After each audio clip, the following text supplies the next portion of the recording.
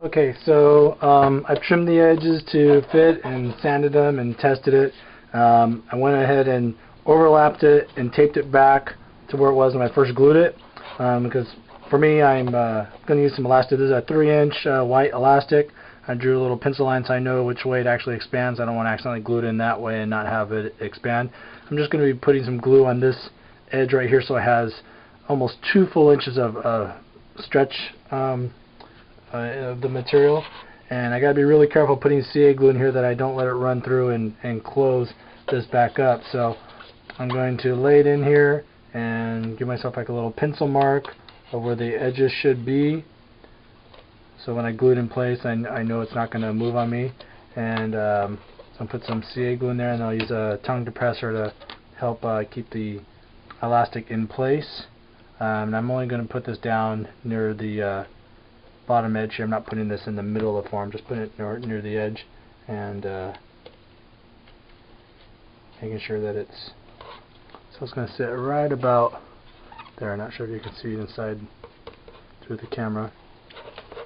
You have to actually kind of sandwich the glue with the elastic.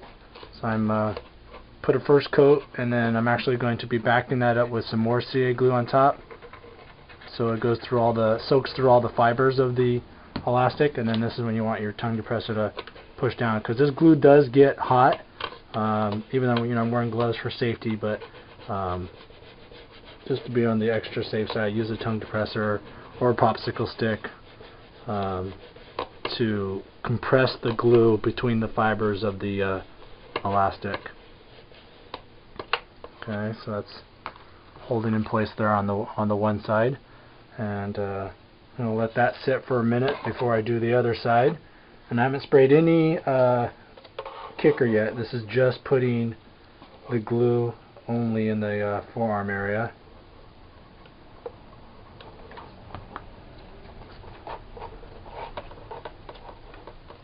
And I started on the side with the elbow, and you have to put it at a slight angle so that it doesn't stick out here. You don't want the elastic, hanging out outside the armor. And I'm not putting the glue on the connection flange itself. I'm just gluing it about the same thickness of the connection flange, but just right behind it, so there's still more, like I said, stretch to the elastic right there. And then using the tongue depressor and rubbing the glue and compressing it into the material.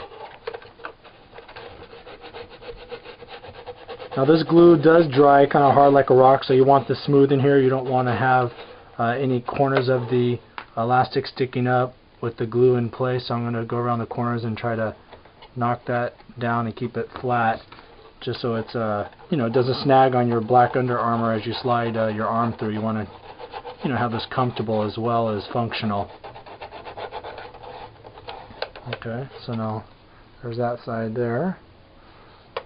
Now I'm going to come back to this side, and it's relatively cured.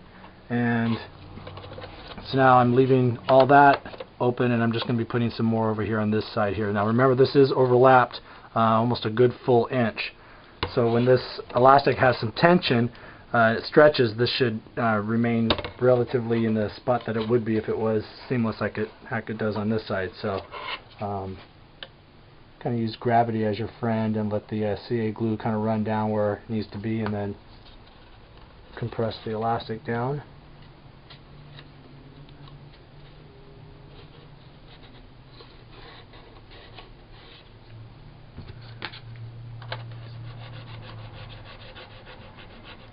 Use the popsicle stick to help push the CA glue through the material, and then you want to sandwich the CA glue in there and hold that all in place. So use the tongue depressor. This way you're not gluing your fingers down. And again, make sure that you get the CA glue on all the edges. And there you go. So you can kind of see the CA glue on this side, and then that side, leaving that middle part completely open to allow the elastic to stretch. And I'll go back over with some of the CA glue on the very edge of the elastic just to make sure it's completely immersed in CA glue and not coming loose, and also smooth inside, so you don't have any edges hanging up to snag on your Under Armour. So once you have both sides glued with the CA glue, now I would go ahead and use the kicker. The reason I don't use the kicker until I have both sides done is just because the fumes alone inside there would make the CA glue react too quick, and I wanted some working time to make sure that I'm laying the elastic down properly. So I'll do the same thing on the other side and unpeel the tape and then allow it to expand after the CA glue is completely cured, and then this form should be ready for the next stage of using the Bondo and cleaning it up to make it look smoother and ready for paint.